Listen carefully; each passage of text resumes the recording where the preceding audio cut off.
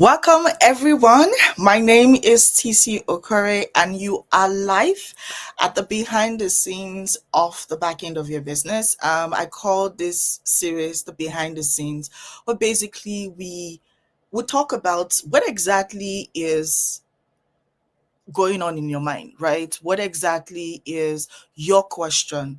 I want to answer your unanswered questions. I want to ensure that you are getting the answers to those very simple, very basic questions, but questions that make super impact in your business and in your life as well.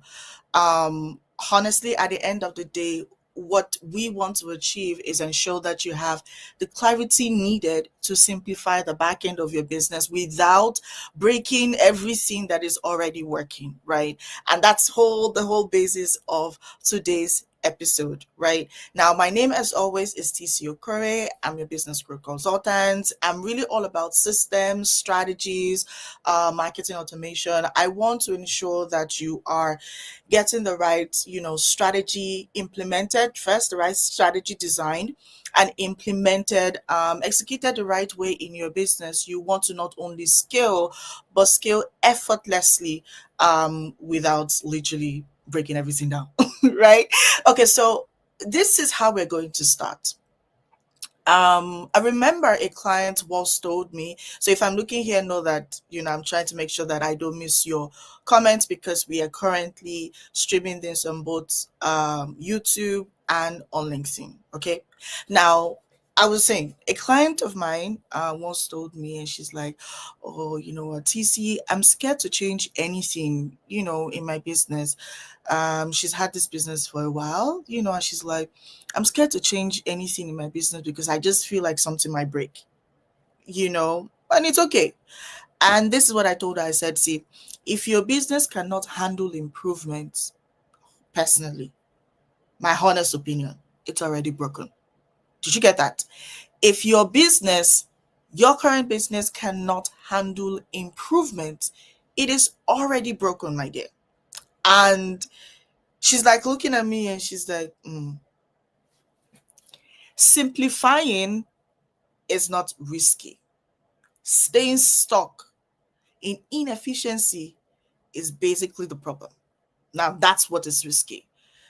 Most times you'll be like, oh, I don't want to touch this. This is how we do it. Blah, blah, blah, blah, blah. Watch it. Because when you stay stuck unintentionally, that's you just breathing that whole space for inefficiency. Now, today we're going to be answering a very simple question. Remember, I talked about answering all of your unanswered questions. Okay. Now, today we're going to be talking about something very important. How can I had this question after last week's episode. Somebody reached out to me on Instagram, because I kind of talked about it a bit in my stories. And she said to me, she said, you know what, Sissy, at the end of the day, like, I have these things already happening, but I know that something is wrong and I'm afraid of changing it. Now, today I'm going to be answering her question, and I believe that you are able to get one or two things from it. Her question is simple. TC, how can I simplify my back end without breaking everything that is already working? You see, sometimes we feel like how can I ask that question? That question I want to answer. So today we're going to be answering her question.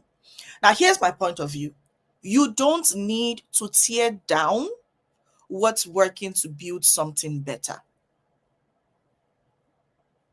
Does that make sense? You don't need to tear down what's already working in your business, in your organization, to build something better. You just don't need to see. This is what I will tell you, right? You just need to identify what's essential, what is duplicative, or what is outdated, so that your systems evolve with your organization, your systems evolves with your business, your system grows with you, not against you. You see, simplifying your back end is not about doing less. It's not even about doing more, right? It's really all about doing the right things more efficiently. Should I take that again? Okay, I'm going to take that again. Now, simplifying your backend is not about doing less. It's not even about doing more. It's about doing the right things more efficiently. And that's what we're going to be talking about. And I'm going to be answering all of those questions. And you know how we do it, right? If you have more questions, feel free to put your questions in the comments. I'll be like looking in here to make sure that I don't miss anyone's question. And if you can, if you're watching the replay, just let me know where you are streaming this from. YouTube, LinkedIn, just so I know. And also, if you can, I would also love for you to share with me where you are. Hey, Bessie, thank you so much for joining. Also, share with me what your location is. I remember last week we had people from the UK, from Pakistan, from New York, like, various time zones. And I'm like, oh, okay. But thank you so much as you join me here live. And even if you're watching the replay, thank you as well. Just drop your questions and I would always be on the lookout to answering all of your questions. Okay. Now, explaining the common reasons founders like yourself overcomplicate things, because that's the way I look at it. I see that the problem here is not that you're not excited about simplifying the way you run your business. The problem here is that you are complicating the whole concept behind systems. Every time we hear system, hey, some people be like, oh, is it funnels? Some people be like, oh, do I need to get another software? Oh, do I need to do? And I'm like, calm down, be calming down. It's not like that. You're making this thing look you're making it bigger than what it is. It's simple. It feels refreshing. I'm in sunny state of Florida. Ooh, okay. All right. I like that part. Okay. Thank you so much for sharing. Okay. Yeah. Let's keep it coming. Like we do it. Put your questions in the comment section, your feedback, all of that. Definitely answer it if you have any questions. Okay. So, like I was saying, why do we find ourselves overcomplicating? Why do we find ourselves overcomplicating systems? I know. Remember, I said it earlier. Most times, every time we hear the word systems, we think about the most interesting things. I've had somebody tell me, "Oh, I don't think I need any system in my business. I'm good, TC." And I'm like, "Okay, but do you want to scale? Do you want to grow? Like tell me what in 5 minutes, tell me what your process is like." And then when she was done, and I'm like, "And you tell me you don't," and I'm just like, "Oh no, what I mean is I don't think I want to buy another software." And I'm like, how does that even relate? So what I'm going to be doing is simple. I'm going to be explaining. You can't hear me anymore. Oh, okay, hold on. Can't hear you anymore. Can you hear me now? Give me a thumbs up if you can hear me. Dr. Onyeka, can you hear me? I know Bessie says she can't hear me. I don't want us to go on without. Let me see if I can get my phone. Can you hear me?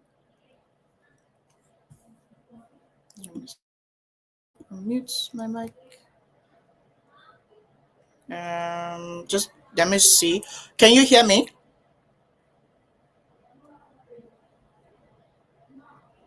Let me see.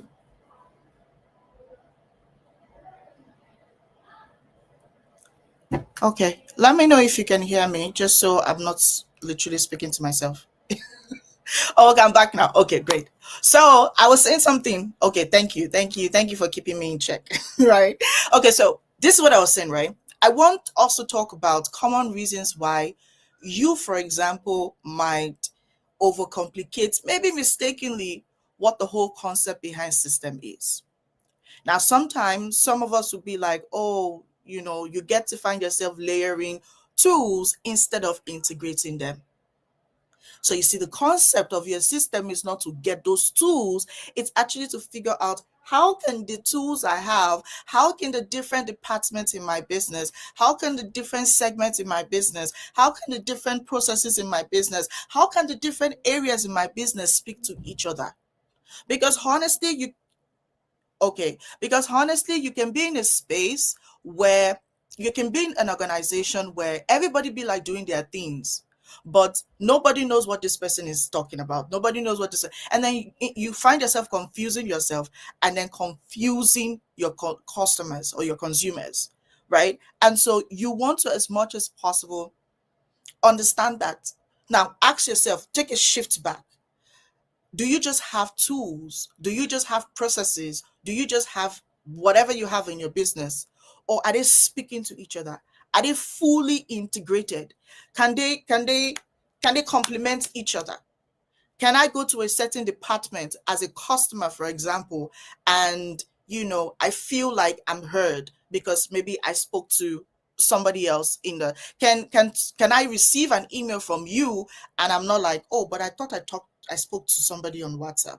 So why somebody else? Like, it's not talking. Another reason could be, most of the time I see founders, business owners, entrepreneurs kind of mistake busy dashboards for productivity. Now, when I mean dashboard, right, you have so many things going on, which is good. I'm not saying it's not good. But, we have all of these things happening in our lives, in our businesses. You're a speaker, you're a this, you're a that, you're a that. Most times we want to do all of these things because we want to figure out which one will click first, which one would get us into the limelight. But is it about which one?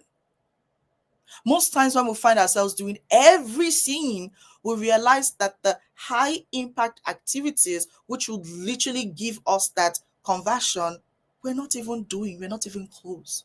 Now, instead of us focusing on busy processes, let us start to think about productivity. Now, that's where your system comes in. Right now, anything you have that doesn't simplify your current process, that doesn't simplify the way you run your business, that doesn't simplify the way you even think in your business, no, that's not a system. That's just an enemy just plugged into your business to just literally distract you. No, that's not what it is. Now, sometimes again, I see founders, we're talking about the reasons why founders complicate things. Yes, layering versus integration. Okay, I'm loving I'm loving it. Layering versus integration. Yes, that's it. What are you doing? Are you just piling them up? Oh, this tool is out. Boom, you go to this next tool. Oh, this thing is, I heard this thing. Oh, my friend got this. I want to use what my friend. Is it about what your friend is using or what you need in your business to take you to that next stage? Sometimes even the question is, do you even know what your next step is? Do you even know what your next stage is? Now, that's part of you integrating your system. Some people just think that the system is a software. No, that's just like 10% of the piece itself. The software is 10% of your entire system. Is it even up to? Because if you don't have, it's like when you have a house and a home. There's a difference between a house and a home, right? Now, when you have a home, you can take your home anywhere and it will give you that refreshing feel. But a house is just a house, it's empty. And then you do all those things and it doesn't make any difference. So you can move your home wherever you are, but you cannot move your house wherever you move to, wherever you migrate to. You see the difference, right? Now, most of the time, I also see that business owners, founders, entrepreneurs, they kind of fear change, which is fine. But the reasons why I have noticed that we find ourselves fearing, like we have this whole phobia for change. It's not because, okay, you know what, I don't believe in what I do. It is because most times they can't see the full process flow. Visualization is king, queen, whichever one you want to call it. But visualization is very powerful. This is my belief, right? I believe that once you're able to see the end, even before you start, it gives you this kind of motivation. Now, I'm not saying like when you have like a flow, right? You have a process flow. So, for example, think about this. Before you run a campaign, you'd be like, oh, somebody comes to you and be like, oh, I'm going to run you a 6 month campaign that, blah, blah, blah, blah, blah, blah, blah. It's exciting, but sometimes it's scary because you'll be like, how is that even good? There's so many doubts. But once you have a mapped out process where you're able to see, okay, this is how I'm going to achieve this. This is what I need to do. This is how I need to do it. This is what I need to put in place. And you're able to see it clearly. You're able to see the leaky holes. You're able to see the opportunities. You're able to see the weaknesses, the strength. You're able to see it in full phase. That's what I call the full process flow. You know what that gives you? Confidence. Imagine when you can already embrace the success that you envision 6 months from now. Do you know what that means? It means that you're going to put in the right energy, right, that will take you there. The motivation is there. And that fear, that doubt of, oh, can it work? It will work. You know why? Because you already know how it would. Imagine somebody comes to you and be like, oh, I'm going to, these things also it makes me smile. Some people will be like, oh, somebody took money away from me. And I'm like, how? And then you'd be like, oh, they said they were going to do this. Most times we buy ideas. We don't buy execution. We don't buy the work that is done. What we buy is ideas, and then we blame somebody else from taking something from us. It's not true. They sold an idea. You bought the idea. Now, when you buy into an idea, it can work, it cannot work. It's an idea you bought into. So don't go being upset that you paid. Like I was in a session the other day, and then somebody was like, oh, this coach did this, and I'm like, hey, listen, hold on, let's be fair. What did you buy?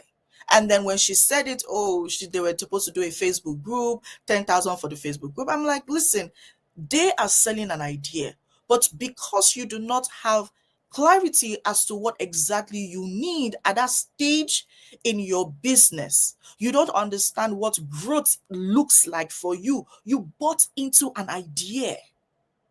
If you have a full process flow, you're able to say, okay, now this is what I need at every stage, right? Because you know that when I do this, this is what is going to happen next. So we should be careful. Every sustainable business operates from clarity and not clutter. And that's basically where your systems comes in. I hope I've been able to break this down, right? Now, I want us to talk about something because we have 30 minutes, right? And if you have any questions, please share your questions in the comments. I'm just going to be looking here, just to be sure that I don't miss any of your questions. Now, just to do a quick reset, today we're going to be talking about something very important, or rather we are already talking about something very important. I am answering a simple question that somebody asked me on Instagram. TC, how can I simplify my back end without breaking everything that is already working? And when she asked me that question, I'm like, let's talk about it at the behind the scenes, right? Because honestly, we have these questions inside. We just do not know how to express ourselves. Now, what I want to do to answer that question as much as I can is to share with you my simple but powerful model. I call it the 3-step simplification formula. Now, this 3-step can be used for trust me, it can be used for every organization, because it's a formula. So all you just need to do is take it, put your business in it, put it in, and then make it work for you, right? Now, it's 3-step. Let's not remember, we're simplifying things. I personally, I don't even like to stress my pretty brain, right? So step 1. Yeah, I'm looking out for your question if you have any. Step 1, document your entire client or team journey, depending on what exactly you need. So say, for example, your goal right now is lead generation. It's lead generation, right? And when you have your lead generation as an objective, you want to think about your lead nurturing, your lead qualification, your lead conversion, and all of those. So you want to put that into the flow, right? No, so That's lead. So if, for example, we're talking about, oh, well, what's my client's journey? And so I want to work out my client's journey. I want to figure out how can I take this person from just being a well wisher, from just being, I love what you do, to, I'm working with you. I'm already working with you. No, let me share your product or your service to somebody, that's referral. Or they come back and be like, oh, you know what, I enjoyed the way I worked, I my experience with you the last time, I want to do something else, right? And then they keep coming back. Now that's you trying to figure out your client's journey, right? Now step one, like I said, document your entire client or your team journey, whichever you're working on, step by step. What you want to do in this regard is ask yourself questions like, what happens before they come in? What happens when they are coming in during their journey? What happens after the sale? That would be give you a hang of how you can start to document it. So if, for example, is your team onboarding, because some people, the bottleneck here is maybe hiring, or it's motivating your team, or it's ensuring that your good hands don't leave your organization. How do you figure it out? What system do you put in place? How do you work around this, right? Now you want to figure out, okay, when they, before they come in, what happens? What should I put in place? During while they're working with me, how do I motivate them to see my organization as, this is the place, I cannot work anywhere else aside from here? How do you motivate them? And then you ask yourself, okay, for my team, how can, even when they've gotten to that stage of growth that they feel that they can, I mean, no other, I can't grow anymore in this organization, right? You want to think afterwards and be like, okay, so what else can I put in place to keep them at least still I am set to release them, right? Because honestly, when it comes down to your team journey, to be very honest with you, it's very expensive getting good hands. It's very expensive getting good support. So many of us do not value, when we get, or when we hire good hands, we kind of take it for granted until you find yourself in that spot where you keep hiring, and it is very expensive to keep hiring. Training, confidentiality. I mean, it's a whole lot, and we don't think about it. Now, this is what I've come to understand. Regardless of the journey you're trying to map out, most inefficiencies hide in the hands of. Okay, most inefficiencies hide in the handout. So you want to be very intentional. Now, my step two, you've documented what your journey would look like. Okay, remember, we want to simplify this process. We don't want to break anything. Personally, I don't want you to change what you currently have if it's working. All I want to do is help you simplify it so that it's better, effective, and efficient. Because honestly, as you grow, as you move, as the year 20, what's working in 2025, it should obviously, there needs to be a level of improvement, right? Even if you feel like, oh, nothing has changed, so many things have changed. Because remember, your consumers or your customers, life has changed. The 2025 vibes is not the same, it's not 2026 vibes. So even if everything still remains the same in your organization, in your business, think about what's going through the heads of your consumer. What stage are they in right now? What kind of maybe political stuff that is maybe affecting the way they think, their purchasing power, and all of that? You want to think about all of these things. Okay, because trust me, it would definitely affect your what's the name, your revenue at the end of the day. Okay, now remember, I said step two, measure it. Now you've documented this, you want to identify what's actually driving growth versus what's just nice to have. So many of us as founders, we just like the idea. There's so many things that we do that we love the idea, not because it's actually working on, not because that is what we need on, but you just like the idea of it. So many of us are in platforms that feels good. So many of us are leveraging softwares that, I don't know, it just makes you feel good. It makes you feel among.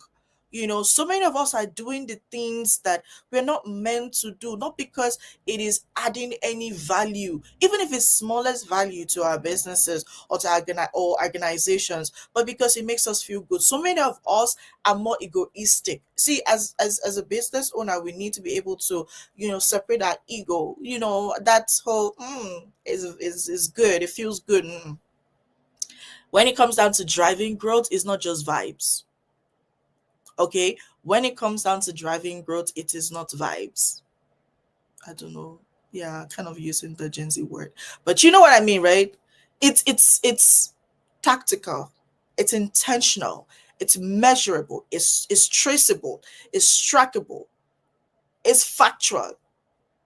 It's not just a feeling, right? When we want to drive growth, yes, instant with your strategy and all of that, but it needs to also follow a certain level. It needs to be data driven. Your strategy needs to be data driven because the numbers never lie. You want to look at data like maybe open rate, conversion rate, tax hour, turnaround times, all of this. You also want to even figure out what's your KPI, right? What's your key performance indicator? What's your success indicators as well? Think about all of these things. Now, this would help you simplify the way you run your business. Honestly, once you document this, you map it out to document it, and then you try to figure out how can I measure most of these things. You will start to see for yourself that you have more hours in a day. Like so many of us that'll be like, oh, I don't have so much hours. I need more hours. It's not about how many hours you want additionally. It's about the hours you currently have. How well are you using them? How productive are they? Are you spending your time on Canva instead of you to be connecting with building relationships, connecting with people who want what you have, but then you've turned yourself into a graphic designer in your own business? Is that your business? Are you a graphic designer? So why are you behind your laptop working on Canva, and then you find out that you spend hours trying to do a carousel post? Or some of us do not understand that most times, especially if you even say, oh, but TC, it's just me and my business. Technically, yeah, that's okay. That's a more reason why you want to be intentional. That's a more reason why you need to map these things out, measure it so that you are not all over the place. Now, the third step is super easy. Now, once we've done all of this, you can now see clearly. The whole point behind mapping out, measuring, is so we're able to modernize these things, right? So we're able to consolidate what is overlapping. So many of us have plenty tools that are doing, we can have like 4 tools doing just one thing, and we don't even know, but we're paying for them. When you can just say to yourself, okay, you know what, I'm just going to bring all of these things that I'm doing and house it in one space. It's just you, right? Even when you have like an organization with teams 10, 20, 30, depending on the organization and your workforce, you want to figure out how best can I make things in my business, in my organization, in my team. How can I better improve the performance of my team? How can I better improve my own performance? How can I better improve the experience of my customers? Now, even going to 2026, we want to be thinking, simplifying, because honestly, I don't think people really have such time to want to think on your behalf and help you figure things out. No, listen, your customer actually wants you to think for them, and then just tell them what exactly you want them to do. So you see, my step 3 is you start to automate the things that you feel that are repetitive. Repetitive. So many of us will automate things that are not even necessary, because not everything in your business needs automation. Not everything in the process. That's where we miss it. because automate is to make something efficient, right? Now when we want to make things of efficient, not everything includes an AI tool. Not everything, at least not every step. Let's start with working around repetitive tasks, consolidating all those overlapping tools, okay, removing anything that no longer serves you.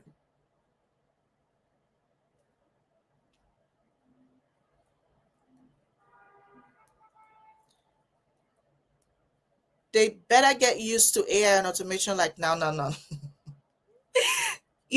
Not everything needs, plenty hard work.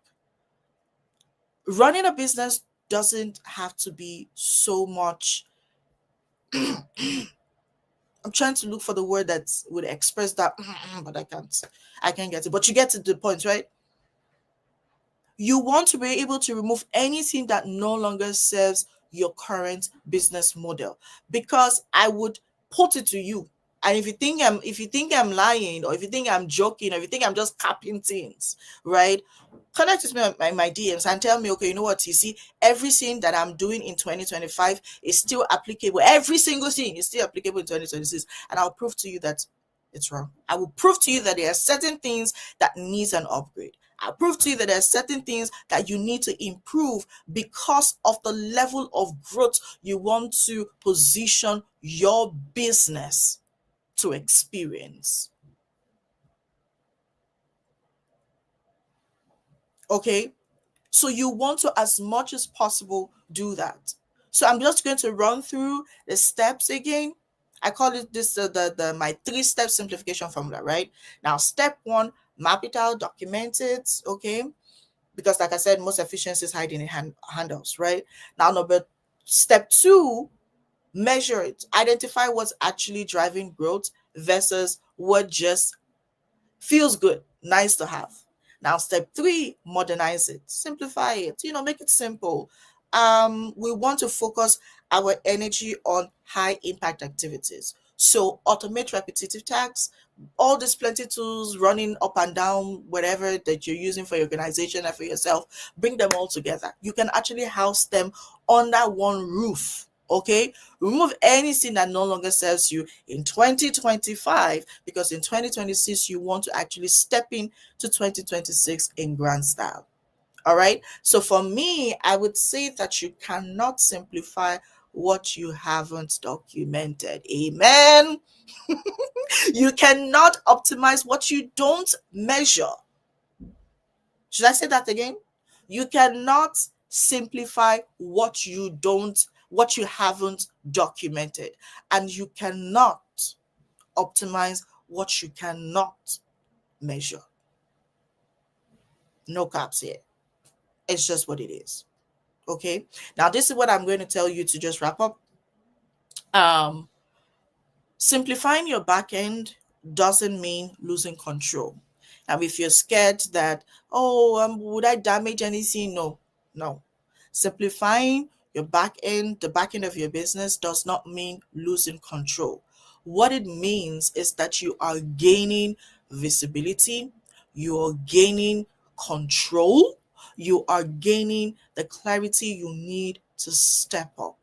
It's really about designing systems that run with you and not because of you. Okay, you're designing system. When we talk about simplifying, when you think about the word simplifying your business, right, or the back end of your business, you should just think about that system that you can design that will run with you, not of you or even against you. Because most times, so many of us, what we have in our businesses is actually running against us. Okay. So thank you so much, everyone, for being here. Let me know if you have any comment, any question, right? If your business, thank you. If your business feels heavier than it should, join me for the one-on-one visibility and conversion systems audit. In this audit, I would personally be going through the back end of your business, because what we want to do is simple. We want to identify what's working, what's wasting you time for your team, for yourself, for your organization, and what needs to shift so that your business can finally scale smoothly. Now, the reason why we're doing this is because we don't want you blindly saying, I want to build this, I want to do this. We want us to figure out what's working, what's not working, and then help you fix what's not working and improve what's already working, right? You don't want to keep doing things without understanding, why do I need to do it, right? So you just DM me, or the link here, just scrolling here. Yeah, you can go to the link. You can also go to the link in my bio. You can also go to the link in the comment section. You can also just send me a message, or better still, send me an email. Send an email to info@TC Business Solutions to get a spot for yourself. Okay, I'll see you all next week. Thank you so much. I think I have what did Allegra say? Yes, okay, yeah. Thank you so much, everyone that joined. I see so many of us joining from. Thanks for. Thank you too for staying up with me. And yes, for next session, please share your question with me. I want to use your questions for the next session. So if you have any questions, please do share it with me. I am happy to take it up and let's talk about it here. All right, you can be anonymous. I'm not going to call out names. Like you see, I don't call out names. I just want to get the questions because we're really talking about the behind the scenes. We want practical questions, what founders like yourself are really going through. And so we break it down so you have what you need to implement in your organization, in your business, and start to get the results. And that clarity that you need to step into 2026 in grand style. I'll be leaving you all today, and I hope you all have an amazing night. Bye.